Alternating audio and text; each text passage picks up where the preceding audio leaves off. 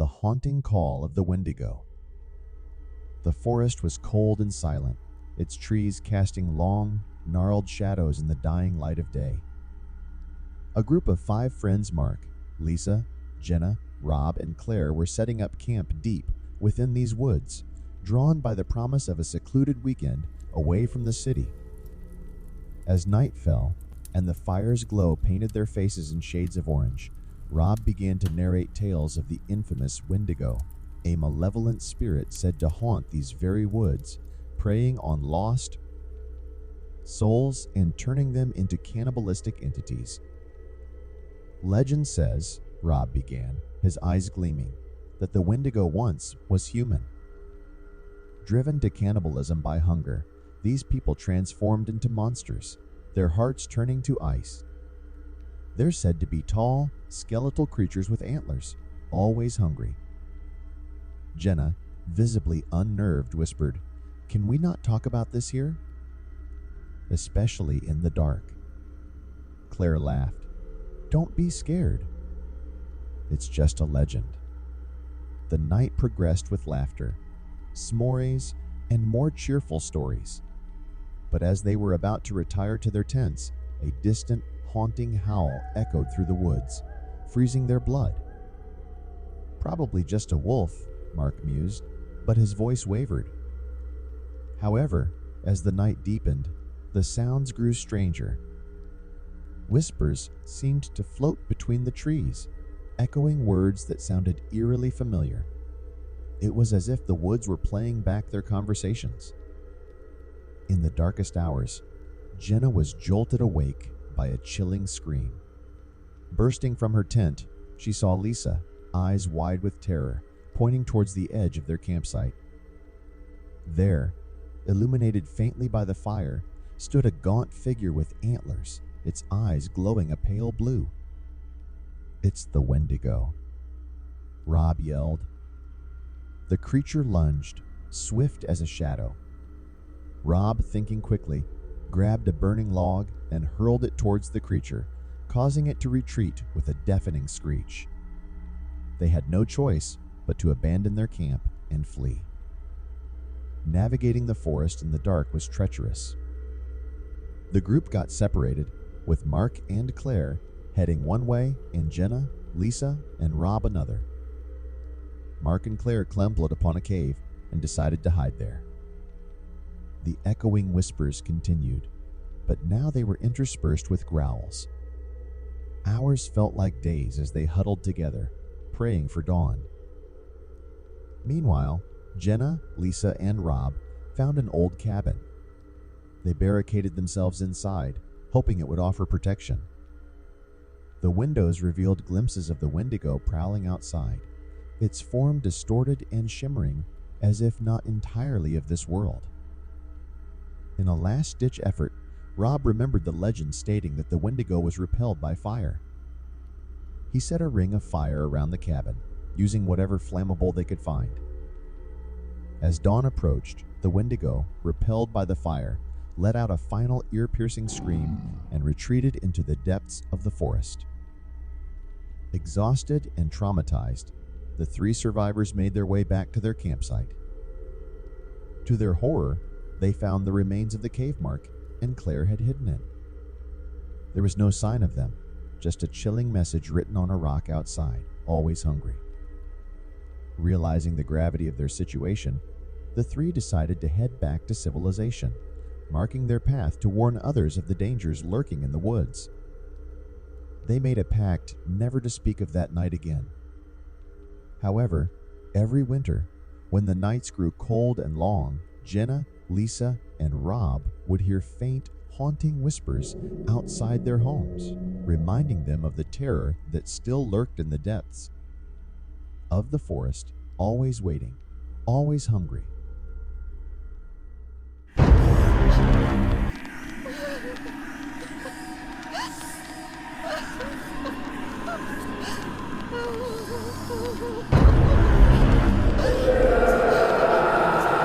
Terrifying night in the desert, a skinwalker encounter. Arid Springs wasn't just a name, it was a description. a town that had withstood the test of time and the relentless heat of the desert. For Sarah, Tom, Lisa, and Jake, the allure of this remote place lay not only in its scenic beauty, but also in its myths. Having been friends since freshman year, the foursome had shared countless adventures. But this trip, inspired by Lisa's tales of her hometown, promised to be unlike any other. Lisa had always spoken of arid springs with a blend of fondness and caution. Her stories filled with the vibrant history of the town and its people, but also with darker legends whispered only in the dimming light of evening. Arriving at the old home of Lisa's grandparents, the friends were enveloped in a wave of nostalgia. Mary, Lisa's grandmother, was a keeper of tales, her voice a melodic blend of warmth and wisdom. But it was Grandpa Joe, with his deep-set eyes and weathered hands, who unveiled the chilling story of the skinwalker as dusk settled over the desert. As the tale went, the skinwalker was an entity born of betrayal and dark rites. A shapeshifter that could assume any form, it was said to feed on the very essence of unsuspecting souls. Its most terrifying feature was its eyes' gateways to an eternal void. Sarah, ever the thrill-seeker, proposed a midnight venture into the desert. Armed with torches, a sense of adventure, and the skepticism of the modern age, they set out, dismissing the tale as a mere product of folklore. But the desert, under the vast starlit sky, had other plans. The initial hours were filled with awe. The beauty of the desert at night was hypnotic. However, when a cold, unnatural wind began to blow, erasing their footprints in the sand, a sense of foreboding took hold. The once familiar sounds of the night were now replaced by an unsettling silence, punctuated only by their own heartbeats. Tom, with his keen eyes, was the first to spot the figure. At the edge of their torchlight, what appeared to be a coyote shifted and morphed. Rising to stand on two legs, its silhouette eerily human. Its skin looked like a patchwork of various creatures, crudely stitched together. And then, those eyes abyssal and haunting. Panic and disbelief gripped them. Recollections of Grandpa Joe's warnings echoed in their minds. They decided to retreat, but the skinwalker had other plans. It began mimicking their earlier conversations, their laughter, distorting them into something malicious. The desert, once a serene landscape, now felt like a labyrinth of doom. Jake, in a desperate attempt to challenge the legend, defiantly stared into the entity's eyes. The effect was immediate and harrowing. He crumpled to the ground, his body twitching violently, his voice releasing a chilling scream that seemed to emanate from another realm. Refusing to abandon their friend, the trio rallied. Lisa, drawing upon memories of her grandmother's chants, began singing a song that spoke of protection and light. Sarah and Tom, using their jackets, fashioned a makeshift stretcher for Jake. Hours felt like days. With each step, the weight of the desert's legends bore down on them. Just when all seemed lost, they stumbled upon a circle of ancient stones, each etched with symbols of the desert's earliest inhabitants. Within this circle, the skinwalker's power seemed diminished. Its form wavered, its mocking voices became distant whispers. As dawn's first light painted the horizon, the entity retreated, leaving behind a group of friends forever changed. Jake, though scarred, slowly recovered, forever cautious of the night. Back in arid springs, their tale was met with a somber understanding. The town, it seemed, bore the weight of its legends with silent resilience. The foursome returned to their city lives, but the desert's mysteries, its terror, and its beauty remained etched in their souls. And arid springs continued to stand, a guardian between the world and the ancient horrors of the desert.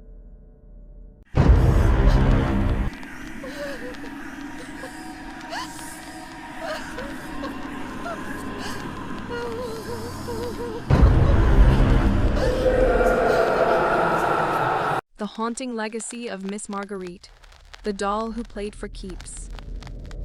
The grandeur of the Stafford estate was legendary in the town of Hollowbrook.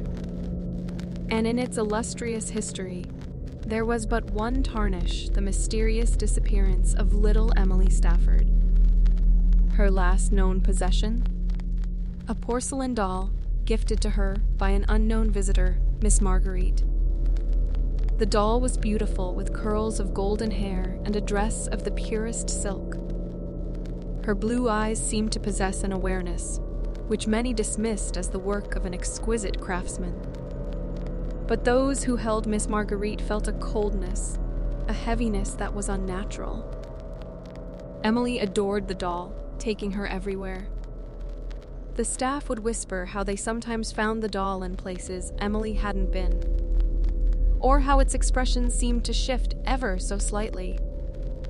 Emily's laughter began to sound hollow, and her once vibrant eyes dulled.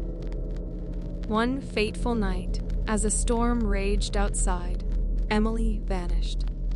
The only clue to her disappearance was Miss Marguerite, sitting upright on her bed, her blue eyes seemingly more vivid. The devastated Staffords locked the doll away, but tragedy seemed to cling to them. Fires broke out inexplicably, loved ones fell ill, and a shroud of sorrow engulfed the estate. Years turned to decades, and the estate passed through many hands.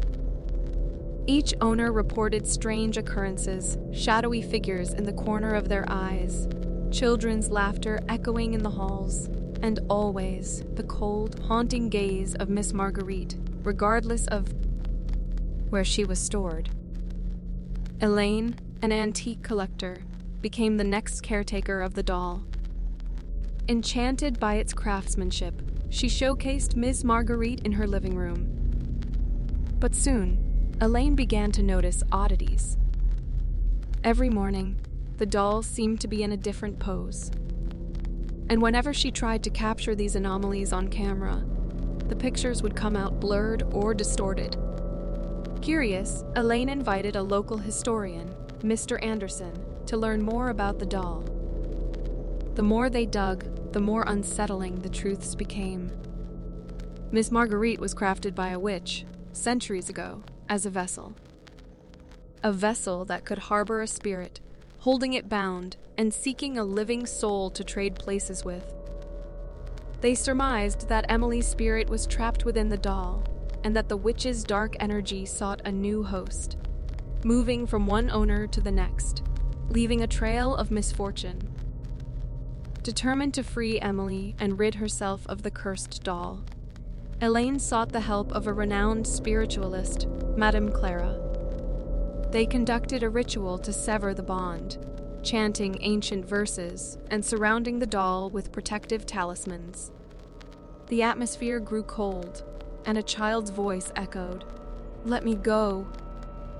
The room trembled, lights flickered, and with one final harrowing scream, silence.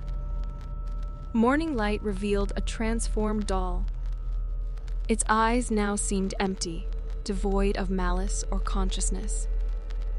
Emily's spirit had been set free, and the witch's dark energy banished.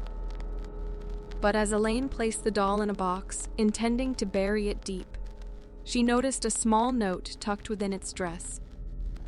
"Play for keeps, and keeps you shall. The vessel may change, but the game remains." Terrified, Elaine realized the game was far from over.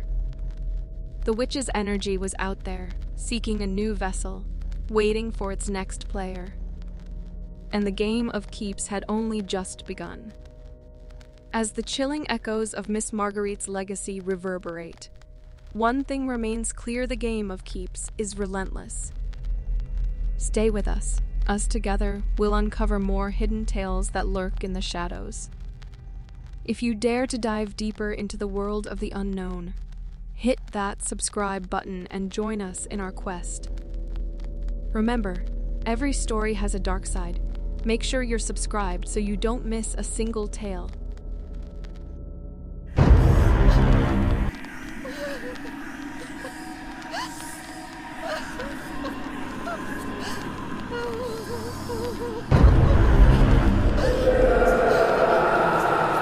Alone in the wilderness, what this camper encountered will haunt your dreams. Jack had always loved the idea of camping alone in the wilderness. Pure solitude, away from the digital buzz of city life, had a romantic charm. After researching, he chose a remote spot, deep within a dense, untouched forest. His first day was idyllic. He set up camp near a gurgling stream, and by evening, he was roasting marshmallows on an open fire. As the sky darkened, the tranquil sounds of the forest lulled him into a peaceful slumber. But the peace was short-lived. Around midnight, Jack was awakened by a soft whisper. He strained his ears, but the voice faded away. Thinking it was a dream, he tried to go back to sleep. The next night, the whisper returned, louder, more insistent. "Leave," it hissed. Jack sat up, his heart pounding. He shone his flashlight around the campsite, but there was nothing. Trying to calm his nerves, he attributed the voice to his imagination. On the third day, Jack discovered strange symbols carved into the trees surrounding his campsite.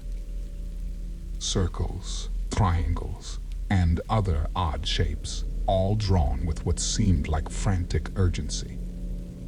He wondered if they were old markings from past campers or indigenous tribes. That evening, as he sat by the campfire, he felt eyes on him. Glancing around, he saw shadowy figures at the edge of the woods.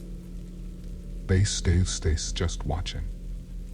Panicking, Jack threw more wood onto the fire, hoping the light would deter whatever was out there. But as the flames rose higher, so did the whispers, now turning into collective murmurs, echoing through the trees.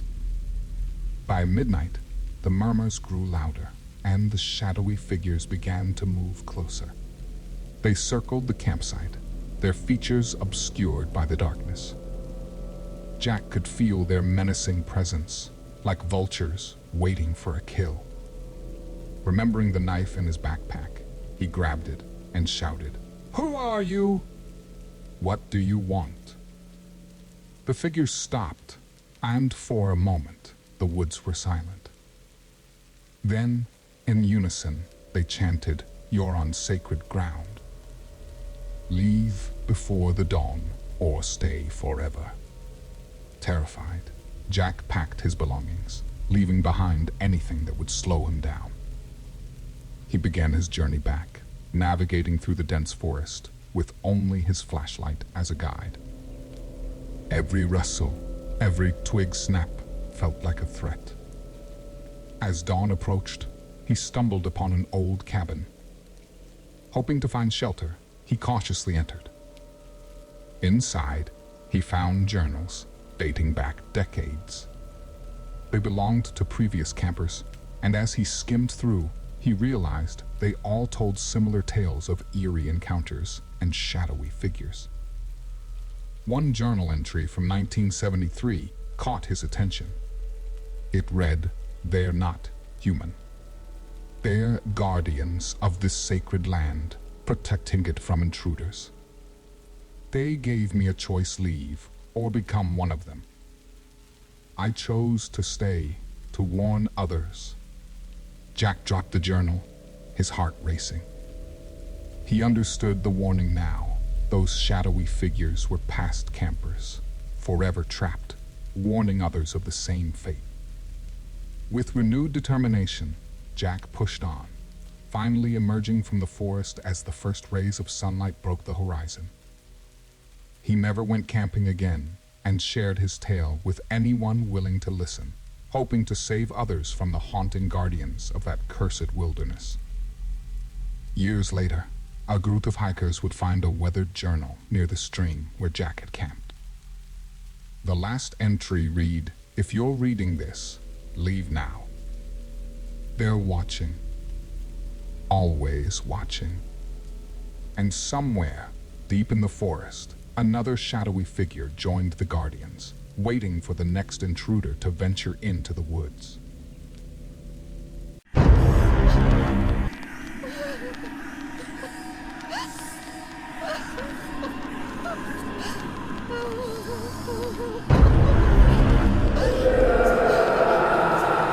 Inferno's Embrace, the Crucifix Pyre. Elmsworth was the kind of village described in fairy tales, a picturesque hamlet with cobbled streets lined with rustic houses. But the once harmonious air was punctuated by a nightmarish episode when Amelia, the black-haired village belle, started manifesting unsettling behavior.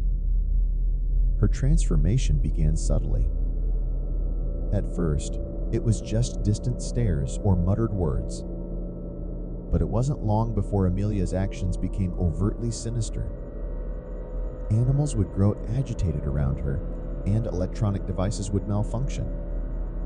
The tipping point was a Sunday Mass. As the parishioners sang hymns, Amelia's voice rose above the rest, morphing into an inhuman scream, "None shall escape." With superhuman strength, she upturned the church pews, her eyes completely white. Father Anthony, despite having confronted multiple possessions, felt a chill run down his spine. The atmosphere was thick with a malevolent presence. Drawing his crucifix, he approached her, only to watch in horror as it burst into flames. The event sent shockwaves throughout Elmsworth. The very symbol of God's protection had been reduced to ashes. Desperate murmurs spread, questioning if they were witnessing the manifestation of an unbeatable evil. Father Anthony, refusing to cower, set up a vigil in the ancient village church. He arranged for Amelia to be restrained, ensuring her safety and that of others. Gathering sacred artifacts, relics, and gallons of holy water, he commenced the exorcism rites. However, the demons seemed to revel in the challenge. Each sacred object was met with scorching flames, leaving behind a trail of ash and despair. Amelia's once melodious voice now conveyed the ancient evil's chilling taunts. By the third day, the demon introduced itself as Balzareth, a forgotten entity predating most known demons. It claimed its power was bolstered by humanity's faltering faith, enabling it to turn religious symbols into pyres of hopelessness. Father Anthony, determined more than ever, thought of an unconventional approach. He remembered stories of collective prayer and faith having unparalleled power. Rallying the villagers, he urged them to recall moments when their faith had been the most potent, asking them to pen down personal testaments of miracles, love, and hope. These letters were assembled into a large, symbolic crucifix. The sheer weight of personal convictions and unwavering faith embedded within those papers was palpable. The moment Father Anthony presented this paper crucifix to Amelia, the atmosphere shifted. Balzareth roared in fury, the resonance shaking the very foundations of the church. But the paper crucifix held its ground, glowing with a divine radiance. For hours, a battle of wills ensued. The church echoed with angelic choruses, countering the demon's infernal screams. Every individual in Elmsworth channeled their energy towards Amelia, their collective faith creating an impenetrable barrier. As dawn's first light streamed through the church's stained glass windows, Balzareth, weakened and overpowered by Elmsworth's unyielding faith, was expelled from Amelia. The aftermath was a village united stronger than ever. The story of their victory over an ancient evil became legendary, with the paper crucifix preserved for posterity, a beacon of hope and testament to the indomitable spirit of collective faith. The end.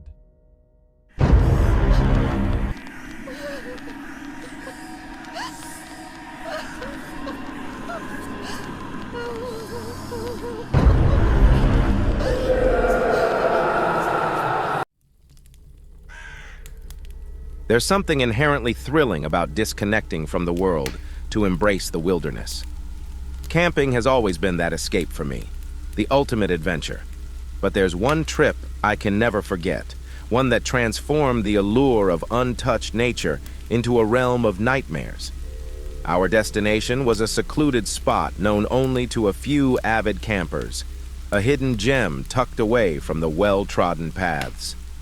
The drive there was a journey through time, leaving behind the clamor of civilization for the serene, untouched beauty of the wild. My companions, Jake, Sarah, and Mia, shared stories and laughter, blissfully unaware of the chilling adventure that awaited us.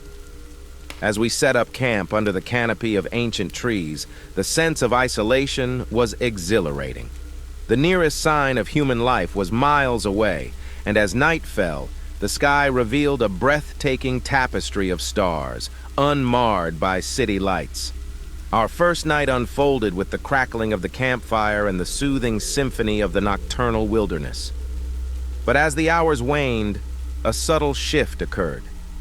Unfamiliar whispers seemed to weave through the trees, a chilling contrast to the natural sounds we had grown accustomed to. We joked about it being the wind or a curious animal, but an unspoken unease settled over the group. The real terror began on the second night. Lying in my tent, I was jolted awake by a sound that pierced the tranquil night. A guttural growl, so close it felt like it was right beside me. Frozen in fear, I listened as the sound receded, only for the whispers to return, louder and more frenzied than before.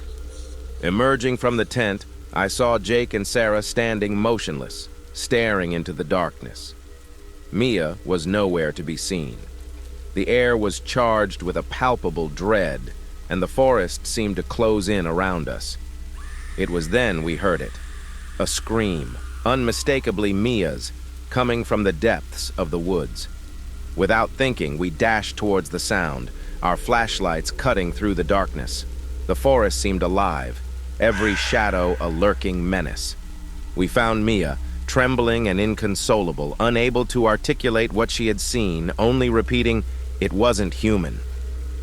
The decision to leave was immediate, but as we hurriedly packed, the whispers grew into cacophonous laughter, as if the forest itself mocked our plight. Every rustle of the leaves felt like a warning, urging us faster. The trek back to our car was a blur of panic and adrenaline, every sound a potential threat. The drive back was silent, each of us lost in our thoughts, trying to make sense of the night's events. The relief of returning to the safety of our homes was overshadowed by the lingering fear of what we had experienced. The wilderness had always been my sanctuary, but now it held a sinister note, a reminder that some mysteries are best left undiscovered. The clarity of daylight did little to dispel the shadows of that night. We spoke little of it afterward, perhaps in an attempt to dismiss it as a trick of our imagination. But the memory of those whispers, the unseen terror in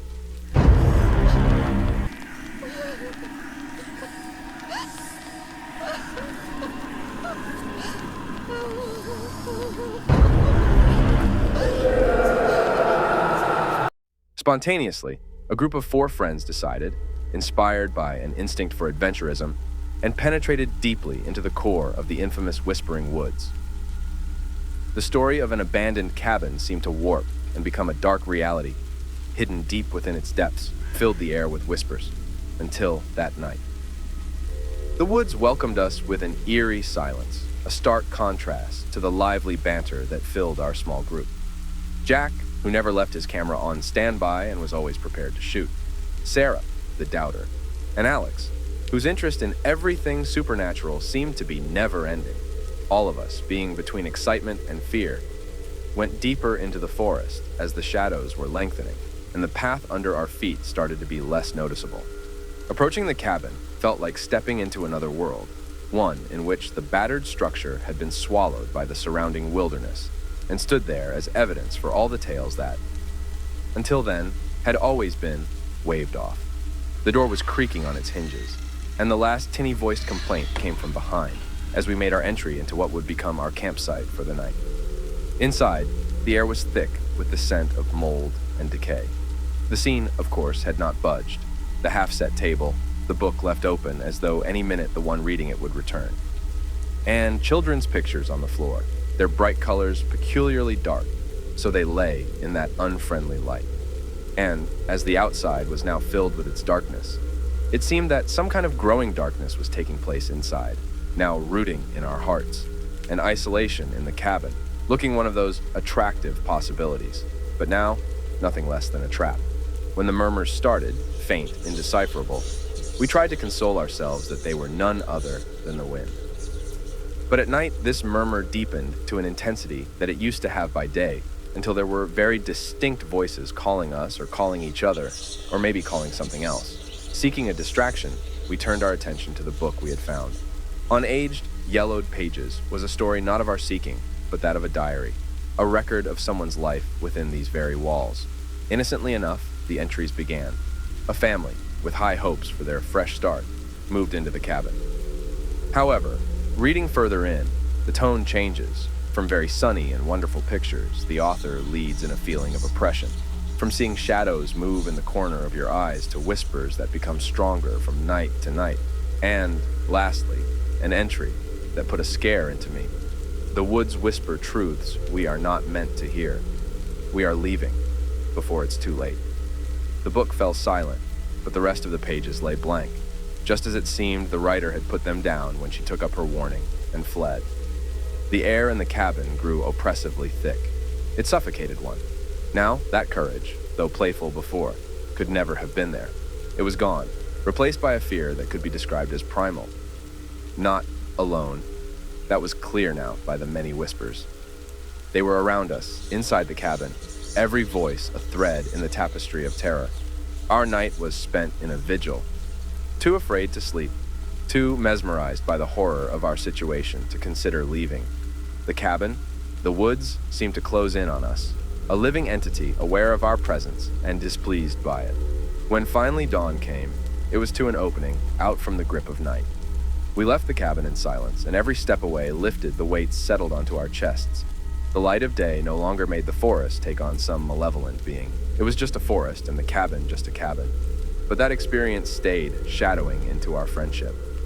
We rarely ever discussed that night, almost as though bringing it up would empower the fear.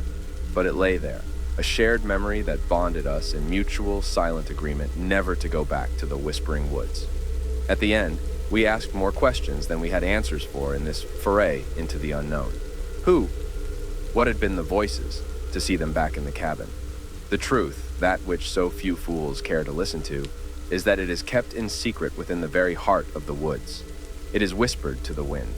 It certainly was an adventure in the whispering woods, a real journey into fear, into such an experience that questions and challenges not only the world itself, but also our place in it. It's a story that murmurs to me in the dimness of the night, chilling evidence of when the borders had grown dim between legend and reality, dimming us for eternity.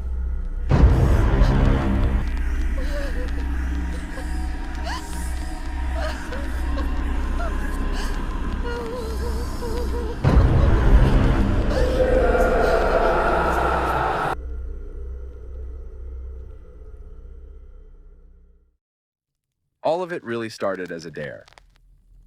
A simple notion of throwing care into the wind and embracing the thrill of risk as a way to break up the boredom of yet another long winter. So, armed with our love for adventure and a bit of a reckless spirit, Alex, Jamie, and I set off for a weekend camping trip to tackle the frozen lake. There were stories, whispers, tales about a Wendigo haunting the woods around the lake. We chuckled off the thought, considering that that was just an old wives' tale to scare the curious ones. But we were curious, and not easily scared. We didn't think of ourselves that way, at least. The trip started under a cold, pale, gray sky and a sharp, frosty air. The frozen lake was sequestered from the nearest town by miles. It nestled with its dark peaks. As we hiked in, the silence of the forest was palpable, a quiet so deep it felt like another world. We camped right off of the southern shore of the lake, where the trees were somewhat scattered, and the water there reached out to full view and formed a large mirror to the leaden sky. The first night, we sat about the campfire. The crackle and spark of it was some little living comfort against the encroaching cold. The woods were still around us, too still. Alex made jokes about the Wendigo, calling into the dark with mock calls and laughter. I'd contributed, and Jamie had, to the laughter, but the unease kind, you know. The night had deepened, and the chill, and our isolation by this time, must have become acute. Strange noises punctuated the silence, the cracking of ice, the rustling of leaves, and something else. A dragging sound that might belong only outside our firelight. We huddled closer, telling ourselves it was just a deer or some other nocturnal creature. Morning brought no light on the creepy atmosphere. Walking around, just near the tent, they found large, disturbing tracks in the snow. They were neither human nor animal, with elongated claws that drove deeply into the white blanket which covered the earth. But curiosity had bitten deep, and the precaution was thrown to the winds for them to follow the tracks. Tracks led us deeper into the woods, at length, to a part of the forest that seemed unaltered by the flow of time. The tree arches and overhead branches twisted into a grasping canopy. It was in a small clearing that we found it. A cabin, old and decrepit, its windows dark, the door slightly ajar. The tracks led right to it, disappearing into the shadows inside. We approached, hearts pounding, each step reluctant. The hut seemed empty, perhaps except for the hut itself and all the belongings left behind by the previous habitants. An old moth-eaten fur coat and dusty, lying draped over a chair, an axe, a really old one, rusted and stuck in a chopping block outside. That was when we heard it, the scream cut short, coming from back towards our camp. We took off running, slipping on the snow, our breath coming in gasps. But when we got there, Jamie was gone. His backpack lay on the ground, torn open, with its contents all over the snow. We called for him, our voices desperate, but only silence answered. Hours had passed, hours fading into the evening as the temperature dropped, and it seemed that the forest had swallowed us choking, suffocating from its hugeness. There were further sounds circumventing us then, whispers born from the expiring wind, a laugh, a growl. The Wendigo was real, and it was hunting us. We hadn't slept that night, and there were little communication. At first light, we were moving out of the woods, making good time despite our exhaustion. We didn't stop until we reached the car, and even then, the relief of escape felt hollow without Jamie. The police were called. A search party was formed, but they found nothing. No sign of Jamie, just his torn backpack and those strange tracks, which they had no explanation for. They tell you not to come back, that the mystery of Frozen Lake and its Wendigo belong to shadows. Now, here I am, miles from those woods that are always full of dread, sitting and telling this story as it should be told. Jamie is still missing, his face posted on posters posted for any information, promising a come-home reward. But I know we'll never see him again. But the Wendigo has owned him and still waits out there in the icy shadows of Frozen Lake, waiting for others, with hungry waiting patience, for any with curiosity and bravery to heed its call. Sometimes, in the silence of a snowy night, I can still hear it whispering, calling me back to the woods. But I will never return. Some legends are too true to test, and some places are meant to be left alone.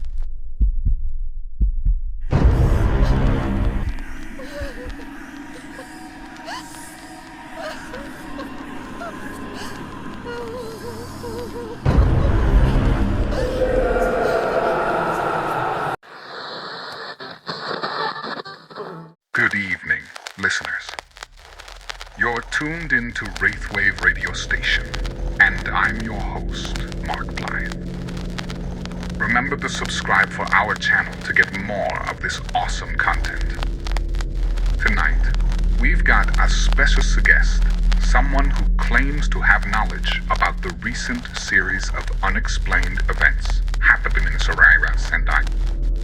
Please, welcome, Eli Warren. Thank you, Mark. Pleasure to be here. So, Eli, What can you tell us about these events? It's all interconnected, Mark. Every event, every sighting. It's a message. A message from who? Not from who, but from where, a place beyond our understanding. Apologies, listeners. A bit of interference there. So, Eli, what's the nature of this message? It's a warning and an invitation. That's a contradiction. Is it? The sun warns you with its heat, yet invites you with its light. We've received a text from a listener named Jenny. She asks, I've been hearing these whispers on various frequencies, especially late at night. Is that related? Ah, the whispers. Yes, they're part of it. They are beckonings. Beckonings for what? To tune in deeper. To listen. To act. Another message from Tom. After listening to one such whisper, I had a nightmare. Saw a shadow standing at the foot of my bed. Eli? The shadows are watchers. They observe those who've tuned in, deciding their worthiness. Worthiness for what? For the transition. We seem to have lost some of our connection. Eli, you mentioned a transition. Could you elaborate? It's the next step, Mark. Those deemed worthy will be part of the new world. And those who aren't? They remain lost in the static.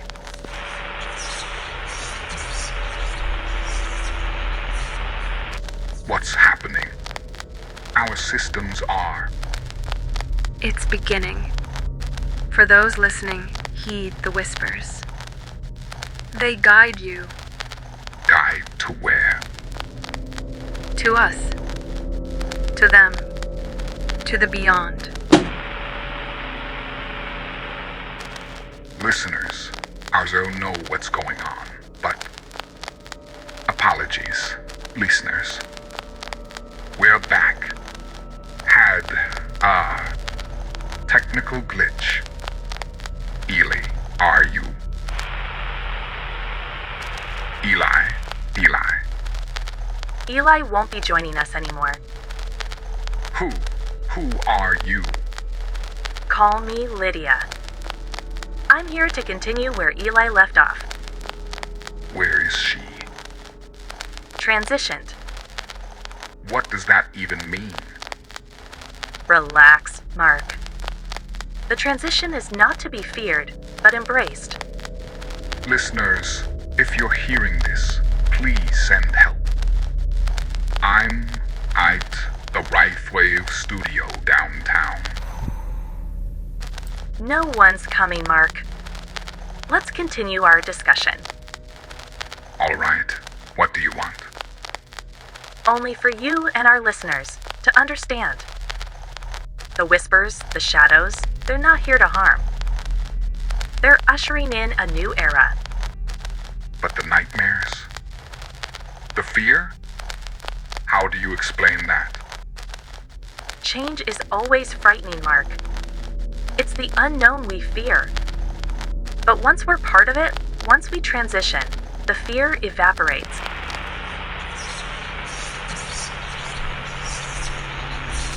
Please, stop this. I don't want to transition. You might not have a choice, Mark. Once you tune in, the process begins. But I didn't. Didn't what? Play the whispers?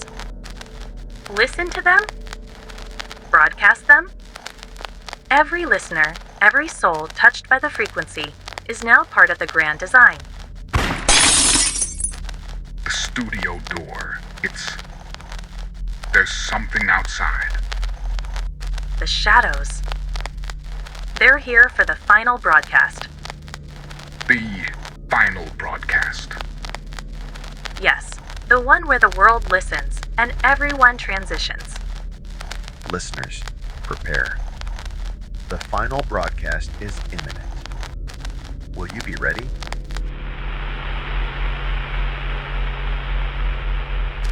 Listeners, I don't know how much time I have. The studio is surrounded by shadows. Lydia, she's gone. Just vanished. I found this old radio transmitter in the storage room. I'm locked in here, trying to reach out one last time. I see things in the static. Faces, memories, whispers of events that haven't occurred yet.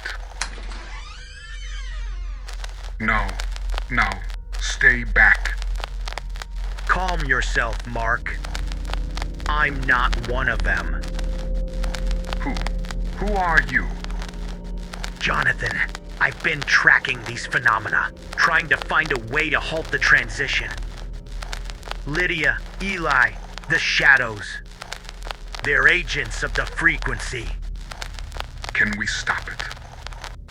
I've managed to create a counter-frequency, a way to jam their signal, but I need to broadcast it from here, from the source of the original transmission.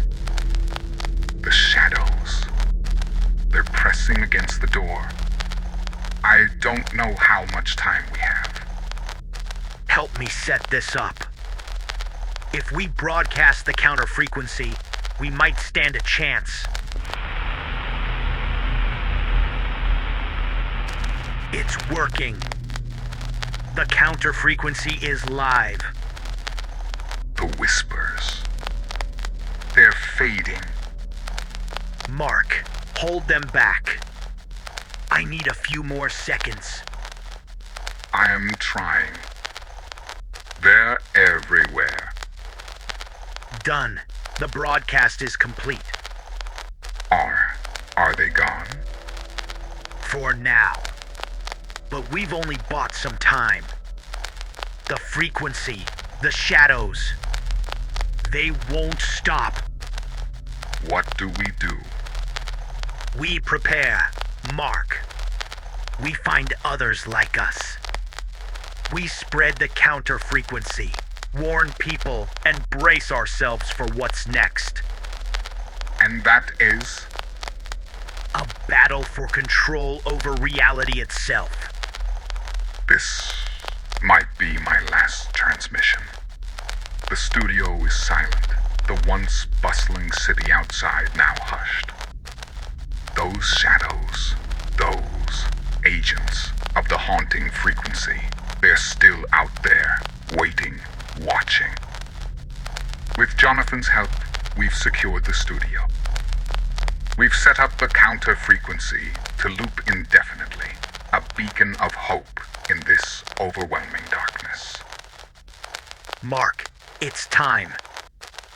Jonathan has devised a plan.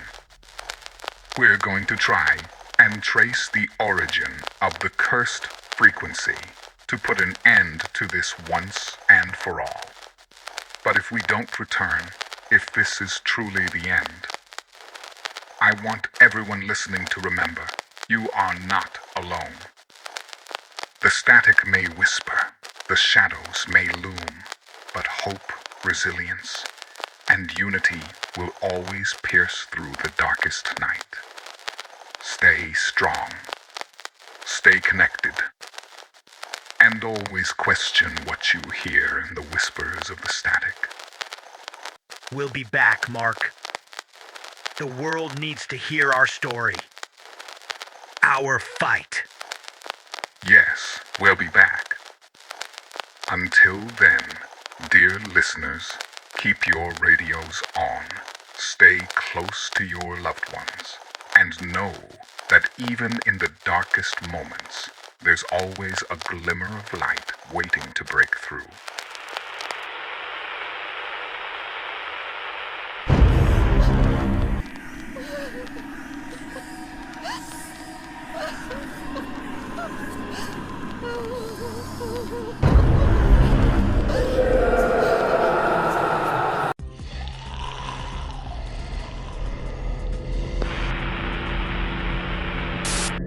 anyone listening, this is the Haven's beacon.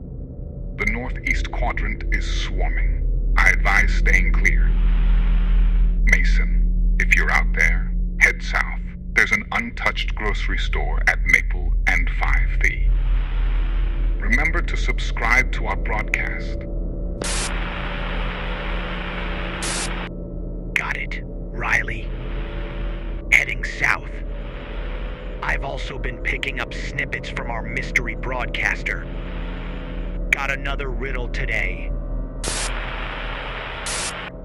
Be careful with those, Mason. We can't verify them. In shadows of past, where man dared to cast, lies truth under glass, a memory so vast. He's leading me somewhere, Riley. I can feel it. These aren't just riddles, they're pieces of a puzzle. Stay sharp, Mason. Remember, our priority is supplies and safety. Riley, you won't believe it. I followed the riddle. It led me to an old research facility, covered in vines and dust. There's so much here. Files, videos, equipment. Mason, be careful. It could be a trap. It's not. I found video logs, Riley. The world. It faced a pandemic years before the outbreak. These videos. Scientists talk about genetic mutations, potential changes due to the virus. They hinted at aggressive behaviors. What are you saying, Mason? I think the zombie outbreak was a consequence. A dormant genetic change activated from that virus. The world was already on its knees, and then this. This changes everything. Do you think there's a cure? A way to reverse it? I don't know, but there are so many documents. Maybe the answers are here. Truth is heavy, burden vast. In shadows it was cast. Share or hide, the choice is vast. He knew, Riley. The mystery man knew about this. Gather whatever you can, Mason. We need to understand this. But be quick. We don't know who else might be listening or coming for you.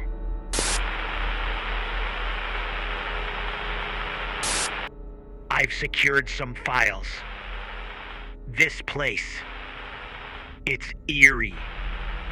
Echoes of a past world trying to prevent its doom. I'm heading back, Riley. We're here for you. Get back safe. We'll unravel this together. Almost at the Haven's gates. The city feels different knowing what I know. These once bustling streets, now silent save for the moans of the undead, hold a heavier secret than I thought. We see you approaching the east gate. Security's been informed. Come straight to the control room when you're in. When truth emerges, some will deny, some will cry. Tread carefully, for in the light of revelation, darkness often lies. What does he mean, Riley? Is he warning us or threatening us? I don't know, Mason, but we'll face it together. Lay it out for us, Mason. From what I could gather, the virus from years ago altered human DNA. Not everyone, just a fraction. But it was enough. Over time, those changes became active, leading to what we see now. But the logs suggest there was a possible antidote. They were close. Do you think it's still out there? The antidote? There are references to a sister facility. A place where the final tests were being conducted. Then that's our next move. Seek, and you might find. But remember, some doors, once opened, cannot be closed. The sister facility hides more than hope. It holds despair. We can't ignore this, Riley. Even if there's a sliver of hope, we have to pursue it. I agree. We'll prepare a team. But Mason, be ready for anything. The mystery man's words are never empty.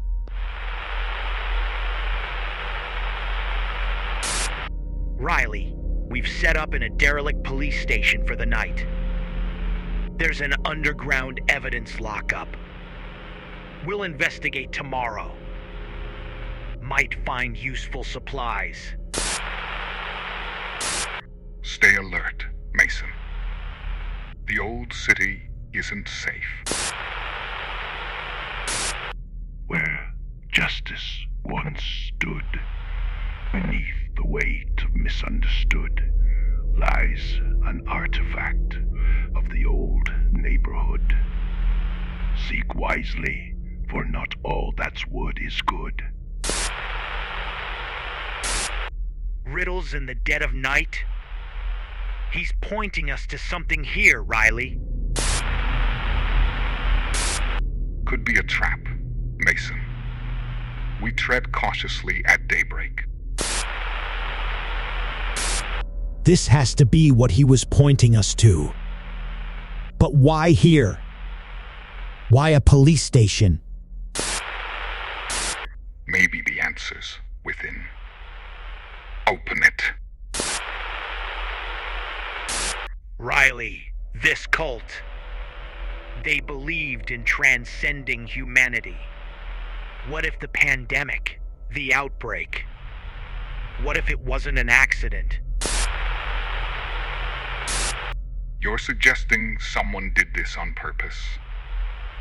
But why? Some doors, once opened, cannot be shut. Be wary of the truths you seek. Humanity's evolution was no mere fluke. This vial, it's like nothing I've ever seen. The glow, the consistency, it's almost alive. Secure it. We need to study that back at the Haven. As for the photos and articles, they might give us more leads. There's a note here, buried under the rest. It's addressed to the Seeker, Riley. I think it's meant for me. To the Seeker, when mankind sought to ascend, we guided the path, shaping the future, designing the aftermath. Find the temple where our ancestors sat and learn of the world before its combat. A temple? This is becoming more moment. There are rumors, whispers really, about a place up north. It's said to be where the cult held their most sacred rituals. That's our next destination. But tread cautiously, Mason. We're diving into waters far deeper than we anticipated. We are close to the temple. These zombies. They're changing, evolving. It's like they're drawn to the temple too. Stay on guard. Remember, the temple might hold answers, but it could also house more threats. We're here. The temple's inscriptions match those in the photographs. But there's a silence, an unnatural calm. Riley, this altar, it's waiting. 2 vials are missing. The one I have fits the second slot. The mystery man mentioned evolution. Could these vials represent stages? Past, present, and future. The past is known, the present is shown. Seek the future, but beware. Not all destinies are meant to be shared. Riley, it's a trap.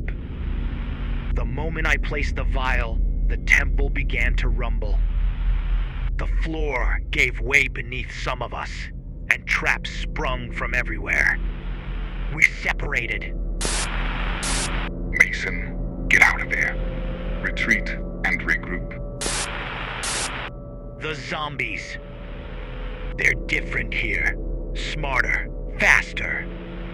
They seem attuned to the temple's energy. And they're on our tail. We've lost Jones and Ramirez. The temple's traps got them. We're trying to find an exit, but every door seems to lead to more danger. Keep moving. Remember your training. And use the temple's traps to your advantage against the zombies. We found an underground river. It's fast flowing, but it might be our only escape. Use it. We'll track your signal and prepare an extraction point downstream. We're clear. For now. We're injured, cold, and lost, but alive. Stay with me, Mason. Keep the radio on. We'll guide you home. We're making our way through these hidden pathways. It seems like they're guiding us closer to the haven, but it's still a distance away. The gramophone's tune still rings in my ears, like a beacon.